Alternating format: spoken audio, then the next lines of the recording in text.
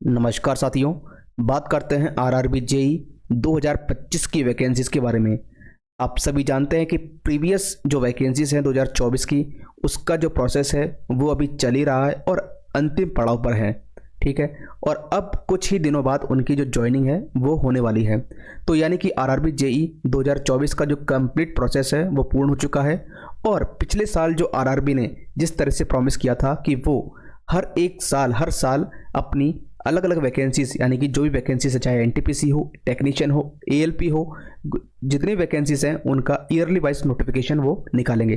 तो इसी क्रम में अभी तक हमारे पास आरआरबी एएलपी, आरआरबी टेक्नीशियन और जो भी वैकेंसीज हैं वो आ रही हैं। और अब जो नेक्स्ट नोटिफिकेशन आने वाला है वो आरआरबी जेई का होगा। अब 3-4 दिनों से जो न्यूज़ सर्कुलेट हो रही है कि आरआरबी जेई में अब की बार 9 से 10 हज़ार के आसपास वैकेंसीज आने की संभावना है। तो क्या संभावनाएं किस तरह से हैं उनके बारे में आप चर्चा करते हैं। तो आप देखेंगे कि आरआरबी अजमेर की तरफ से पत्रिका के माध्यम से हमें सूचित किया गया है कि 9 से 10 हज़ार के आसपास जो वैकेंसीज हैं वो हमें यहाँ पर देखने को मिल सकती हैं। मैं आपको बता दूं कि ये एक ऐसा न्यूज़पेपर है ये एक ऐसा बोर्ड है, आरआरबी बोर्ड अजमेर, जो कि वैकेंसीज के बारे में अपडेट देने के लिए काफ़ी रिस्पॉन्सिबल है और काफ़ी एक्टिव भी रहता है। अगर हम प्रीवियस पैटर्न को देखें तो अभी तक सबसे ज़्यादा जो वैकेंसीज के बारे में अपडेट दी है वो आरआरबी अजमेर की तरफ से ही आई है। तो ये मानकर चलिए कि इसके द्वारा दी गई अपडेट 99.99% तक पूर्ण रूप से संभावित है कि ये होगा ही होगा। तो यहाँ पर अब देखेंगे तो यहाँ पर लिखा हुआ है कि रेलवे में जूनियर इंजीनियर के रिक्त पदों पर बड़ी भर्ती की संभावना। ये जो पूरी रिपोर्ट है आप पढ़ सकते हैं। ठीक है, यहाँ पर हमारी जो काम की है वो आप देखेंगे कि रेल अधिकारियों के अनुसार रेलवे में जूनियर इंजीनियर के लगभग 10,000 से अधिक पद रिक्त हैं। ठीक है, इन पदों के रिक्त रहने से रेलवे में कामकाज बाधित हो रहा है। तो इससे जो मंत्रालय है उसको अवगत कराया जा चुका है। तो यहाँ पर आप देखेंगे कि 9 से 10 हज़ार के आसपास जो भी वैकेंसीज हैं उनके बारे में हो सकती है अधिसूचना। अब यह अधिसूचना कब आ सकती है तो यहाँ दिखाया गया है कि अक्टूबर नवंबर में नई भर्ती की अधिसूचना आपके सामने आ सकती है। ठीक है, आ सकती यानी कि आ जाएगी, बिल्कुल आ जाएगी। नोटिफिकेशन जारी होने के बाद पता चल पाएगा कि कितने पदों पर भर्ती की संभावनाएं हैं, लेकिन बात ये हो रही है कि 9 से 10 हज़ार के आसपास वैकेंसीज आने की पूरी संभावनाएं हैं। तो साथियों, आप तैयार हो जाइए और अपनी जो तैयारी है उसको लेकर के आप अभी से लग जाइए, क्योंकि रेलवे जूनियर इंजीनियर के लिए ये नेक्स्ट जो आपके पास अपॉर्चुनिटी है। मान लीजिए किसी कारणवश कोई जो एस्पायरेंट है वो पिछले वैकेंसीज में रह गया हो, तो इस बार उसके पास एक बेहतरीन अवसर है अपने आप को प्रूव करने का। तो सबसे ज़्यादा ज़रूरी क्या है? सबसे ज़्यादा ज़रूरी है, आज हम बात करेंगे कि आपकी जो रूपरेखा है तैयारी की वो क्या होनी चाहिए। क्योंकि आप सभी जानते हैं कि जो सबसे ज़्यादा मेन ज़रूरी, अगर किसी भी वैकेंसीज में अपने आप को, अगर आप एक सीट लेना चाहते हैं तो उसके लिए आपका जो पहला फॉर्मेट वो ये होना चाहिए कि आपका तैयारी का ब्लूप्रिंट कैसा हो और उसके बारे में आप कैसे आगे बढ़ते रहें। ठीक है, तो चलिए बात कर लेते हैं इसके एग्ज़ाम पैटर्न के बारे में। मैं आपको बता दूं कि जो और सारी इन्फॉर्मेशंस हैं, एज क्राइटेरिया, क्या वैकेंसीज का प्रारूप है, क्या नोटिफिकेशन की मतलब डेट है, फॉर्म डेट वगैरह, ये सब जो ऑफिशियल नोटिफिकेशन आ जाएगा तो हम बाद में बात करेंगे। लेकिन अभी सबसे ज़्यादा ज़रूरी ये है कि आपके पास जो टाइम बचा हुआ है उस टाइम को आप किस तरह से यूटिलाइज़ करें, क्योंकि जो ये वैकेंसीज आती हैं ये कब आकर के कब निकल जाती हैं पता ही नहीं चलता। बशर्ते आपको क्या करना है कि आपको अभी से ही एक्टिव होना पड़ेगा। तो उसके लिए सबसे पहले ज़रूरी है कि आपको ये समझना कि ये जो प्रोसेस है ये कैसा होता है। तो प्रोसेस के बारे में अगर हम देखें तो सबसे पहले ज़रूरी है कि यह 4 स्टेजेस होता है। कौन कौन सी? CBT 1, CBT 2 और DV और मेडिकल।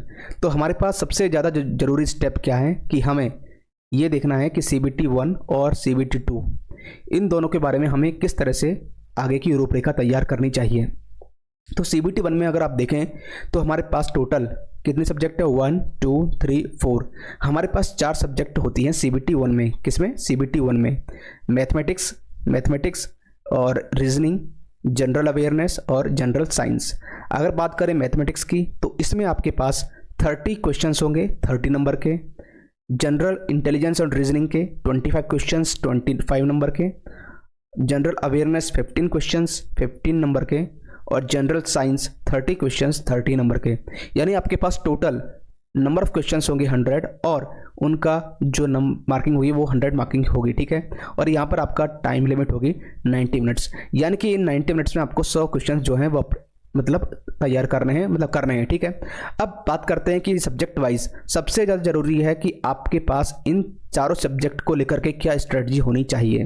तो चलिए उसकी बात कर लेते हैं। हम यहाँ पर इस सेशन में केवल और केवल एग्जाम पैटर्न के बारे में और क्या आपकी रूपरेखा होनी चाहिए तैयारी को लेकर के उसके बारे में ही चर्चा करेंगे, क्योंकि सबसे ज़्यादा ज़रूरी अभी इस टाइम हमारे पास यही है। तो सबसे पहले अगर हम बात करें CBT 1 की, तो आपके पास क्या है, 4 सब्जेक्ट हैं। कौन कौन सी? मैथ्स, ठीक है, मैथ्स, रीजनिंग, जनरल अवेयरनेस और जनरल साइंस। अगर हम बात करें मैथ्स की, तो यहाँ पर आप पूरा जो सिलेबस है वो देख सकते हैं, मैं आपका ज़्यादा टाइम नहीं लूँगा। लेकिन मैथ्स को कंप्लीट करने के लिए सबसे पहले आप क्या करेंगे, मैं थोड़ा सा अगर हम आगे चलें तो यहाँ पर आप देखेंगे कि जैसे मान लीजिए आपके पास आपको पढ़ना है मैथ्स, ठीक है, मैं यहाँ सब्जेक्ट डालता हूँ मैथ्स। तो मैथ्स में आपके पास लगभग कितने चैप्टर्स हैं? अर्थमेटिक, ठीक है, और एडवांस को मिला करके आपके पास लगभग, अगर हम दोनों सब्जेक्ट को मिलाएं तो 20 के आसपास आपके चैप्टर्स होते हैं, ठीक है। तो आप क्या करेंगे, अभी आपके पास जो टाइम बचा हुआ है, ठीक है, CBT 1 को लेकर के, खासकर हम CBT 1 के बारे में बात कर रहे हैं। तो CBT 1 में मैथ्स के लिए आप सबसे पहले एक चैप्टर उठाइए। जैसे कि मान लीजिए मैंने चैप्टर उठाया परसेंटेज, ठीक है, परसेंटेज, ठीक। अब इस परसेंटेज के बारे में आपको क्या है, बेसिक तैयार करना है। सबसे पहले आपको क्या पढ़ना पड़ेगा, बेसिक, जिससे कि आपके क्या कंसेप्ट क्लियर हो, कंसेप्ट्स जितने भी हैं आपके वो सब क्लियर होने चाहिए, ठीक है। अब बेसिक पढ़ने के बाद में और कंसेप्ट्स को समझने के बाद में आप क्या करेंगे कि आप टाइप वाइज क्वेश्चंस को सॉल्व करेंगे, टाइप वाइज।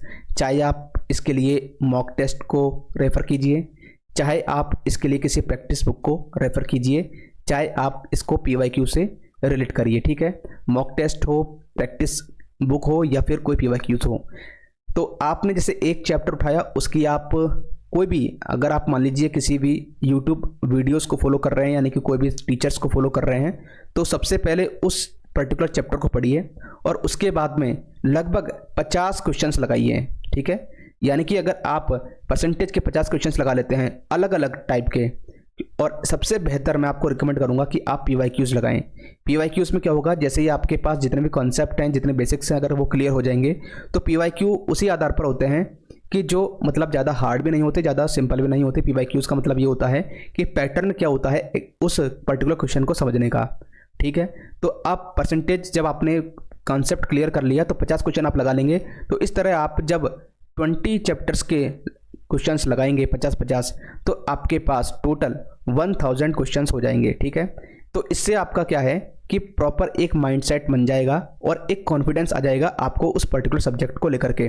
तो ऐसे परसेंटेज है, टाइम एंड वर्क है, ठीक है, रेशो है, ठीक है, एज रेशो वगैरह जो भी है, SICI, ठीक, टाइम एंड डिस्टेंस, और एडवांस में अलजेब्रा, ट्रिग्नोमेट्री, ज्योमेट्री, ये सब जितने भी चैप्टर्स हैं, इनके एक बार आप कंसेप्ट क्लियर कर लीजिए। आप चाहे किसी भी टीचर को फॉलो करते हो तो आपका पढ़ने का तरीका इस तरह होना चाहिए। अगर हम बात करें रीजनिंग की, तो रीजनिंग में आपको क्या करना है, रीजनिंग